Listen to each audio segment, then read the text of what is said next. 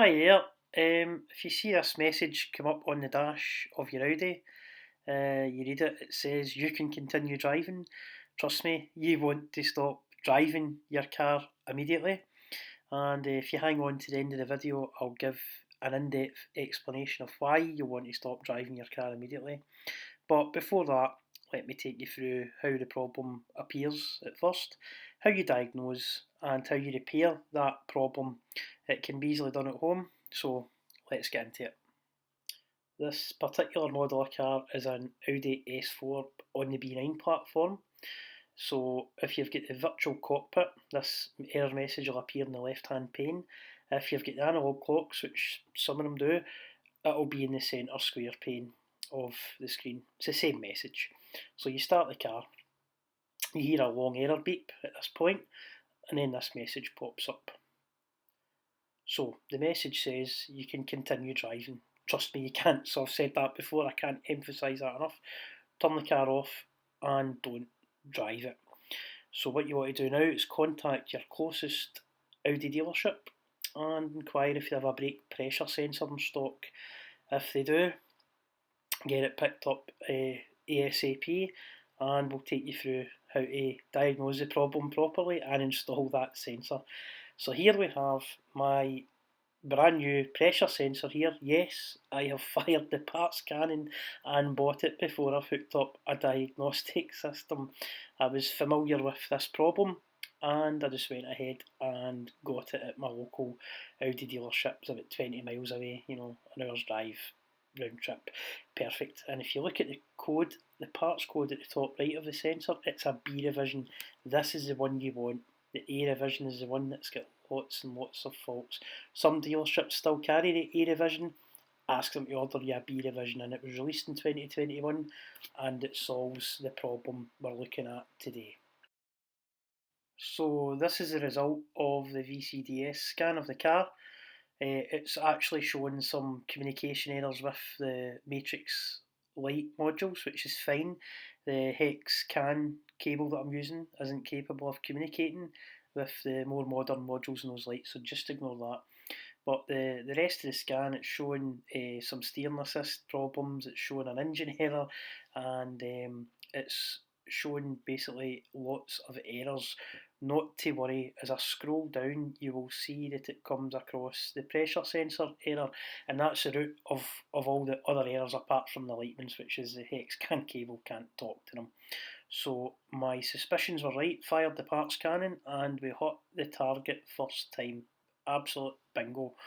So now what we want to do is understand that although the message in the virtual cockpit basically said it's okay to drive, you need to understand that none of your driver assist, the auto braking, the steering assist, the actual ABS itself, none of that is now working.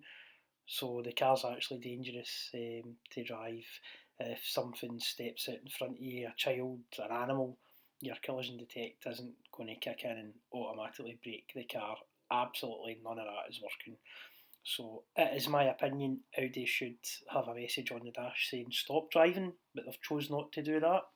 And again, at the end of the video we will explain it will cost you lots of money if you continue to drive this car. That's us get the bonnet open now, and I'm going to just gently remove the rubber trim just to about the halfway point. I'll do the job, and then lift up the cowling, the scuttle panel sometimes it's called, and I'll show you exactly where the sensor is. So the sensor's, it's here where I'm about to tap, yep. It's just on top of the brake servo unit. So what you want to do first is pull the grey tab towards your hand, releases the wires, and then it's a pinch clip, lift the sensor upwards and remove it from the servo. This is the old pressure sensor removed now from the cars, just give you an all round look at it. And just to note at this point as well, when you remove it off the servo, it releases a vacuum, so there's a rushing air noise. Don't be alarmed by that. Once everything's hooked up back together, that vacuum will re-establish itself. That's the new sensor fitted in. Just make sure the O-ring has been moistened a little and it seats correctly, just so that vacuum can establish itself again properly. Reconnect the wires. That's the scuttle panel put back in place and the rubber trim slid onto the bottom of it. We'll have a wee look here at the old sensor pins. One of my initial thoughts was it could have been some corrosion on the pins that's caused the issue, but the pins are absolutely perfect. That was not the issue. It was definitely it was the sensor's ability to vary voltage in the signal line according to the amount of vacuum on it. It was just flatlined. And I'll put a wee diagram up as a slide just to show you how these kind of sensors wire to the car. So this slide here, it shows you how a 3-pin sensor generally wires into the car. This particular sensor is actually a coolant pressure sensor, so it works on positive pressure in the coolant circuit of the car, whereas the brake pressure sensor works on a vacuum, but the wiring principle is exactly the same. So now we're back in the car, we're ready to start it up and see if the replacement of the pressure sensor has been effective. So you'll need to pump the brake pedal just until it starts to feel really firm, because we've removed all that vacuum from the system, and then push the start button and get the normal lights in the dash, and it started. There's no error message there. Replacing that pressure sensor has been effective. Everything's fine again. We'll still need to get into VCDS and just see exactly where we're at with the DCTs and see if there's any still to clear, so we'll do that next. After scanning the VCDS, you can quite clearly see those error codes are still there. Driving the car will be fine, those codes will be logged, the car will drive fine now that the pressure sensor is replaced, but I personally just prefer to get them cleared. So that's what we're going to do now. We're going to clear all DTCs and we're going to click yes to confirm that's the action we want to take. And once we've confirmed that, just allow VCDS a couple of minutes just to do its work. These modern cars have got a lot of modules and it takes a bit of time to go through them all, and then we'll quickly rescan again and we'll see exactly where we're at with this car. So after scanning again, the only errors that are on screen are relating to the car's lights, the rear lights and the front matrix lights whose modules can't communicate through the particular hex CAN cable that I'm using to diagnose this car. So happy days, problem solved, and the car's ready to put some fresh miles on again. Fantastic.